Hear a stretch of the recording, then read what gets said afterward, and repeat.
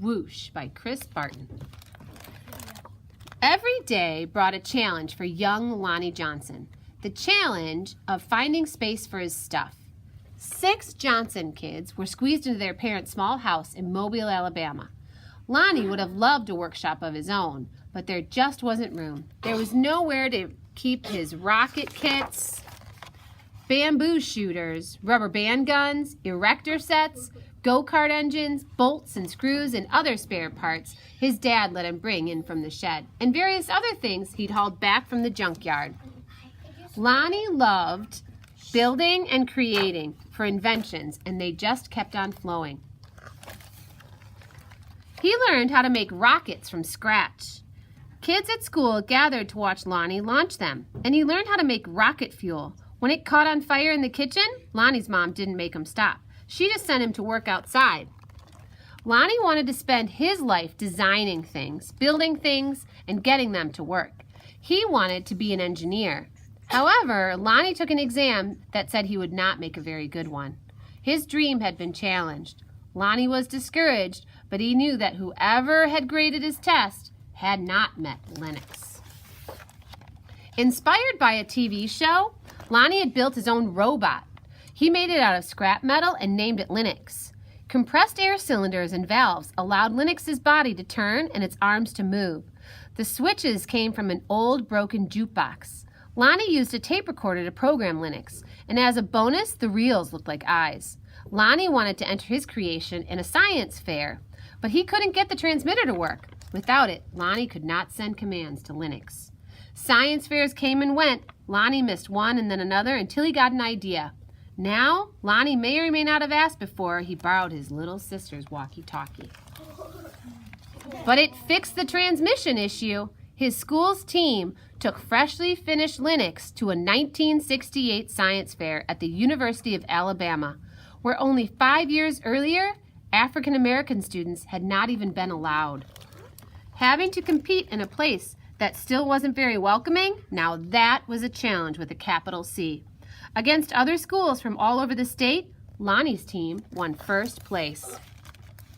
Soon, Lonnie left home to go to college at Tuskegee Institute, where he stood out as a self-confident, insightful, creative thinker. He stood out as a student who asked the right questions, precisely defined problems, and formulated solutions. And he stood out as the guy who built his own booming sound system out of cast-off electronics. It even had lights that flashed in sync with the beat. Lonnie sometimes studied right in the middle of his own parties. The extra studying paid off. He became an engineer after graduation, and that took him beyond Alabama, way beyond. When NASA was sending an orbiter and probe called Galileo to Jupiter, the space agency needed to ensure a constant supply of power to the orbiter's computer memory. The engineer who had to figure out how to do it was Lonnie. His challenge was to come up with a lightweight backup system able to keep essential functions going in case the main power was lost. It wasn't easy, it wasn't obvious, but Lonnie found a solution. Some at NASA's Jet Propulsion Laboratory doubted his idea would work. Lonnie convinced them that it would. He was right. As it photographed Jupiter and its moons, Galileo was supported by the power package that Lonnie designed. Much of what we know about Jupiter could have been at risk in a power failure if not for Lonnie.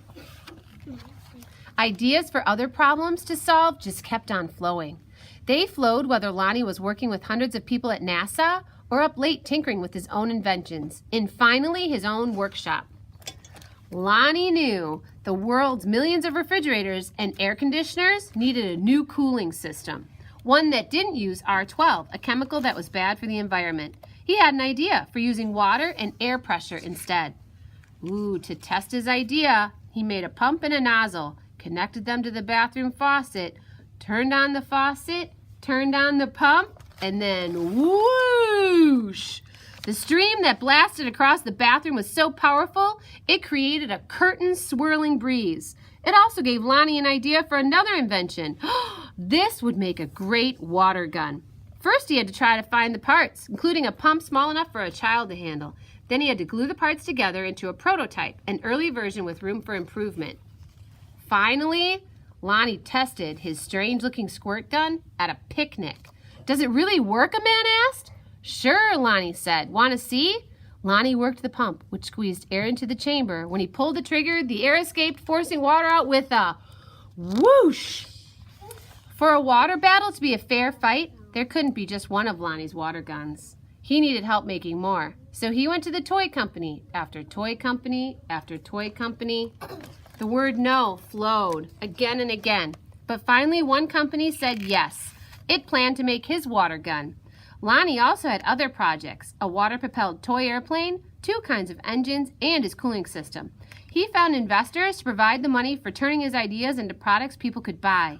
He made a leap of faith. He quit his day job and devoted himself to full-time inventing. But soon, each plan fell apart, even the one for the water gun. These things sometimes happen, but when they happen one after another, the same person, well, that's pretty bad luck. Lonnie didn't have a job, and he didn't have the money he'd been counting on. He and his family had to move out of their home and into a little apartment. He was angry and scared. But Lonnie had dealt with challenges all his life, and he knew a lot about solving problems, and he still believed in his inventions, especially the water gun. Lonnie went looking for another toy company. In 1989, he found a toy maker who was interested in seeing the water gun if Lonnie ever happened to be in Philadelphia. But don't make a special trip, the guy said. Lonnie made the special trip. In his wife's suitcase, he carried a new prototype. He unpacked it, filled the tank with water, pumped the gun until the air pressure was good and high, and whoosh! Wow! Let me see the picture. Whoa. Whoa. Kids everywhere agreed. That wow. Lonnie's water gun, called the Super Soaker, became a smash hit. In no time, there were Super Soakers in backyards and on beaches, in parks and on playgrounds. Each sale of a Super Soaker put a little money into Lonnie's pocket. All those hours, all those years that Lonnie spent in his workshop had paid off big time. Now he could afford to do just about anything he wanted. So what did Lonnie do? He got a bigger workshop, which is where you'll find him today. Because facing challenges, solving problems, and building things are what Lonnie Johnson loves to do. And his ideas just keep on flowing.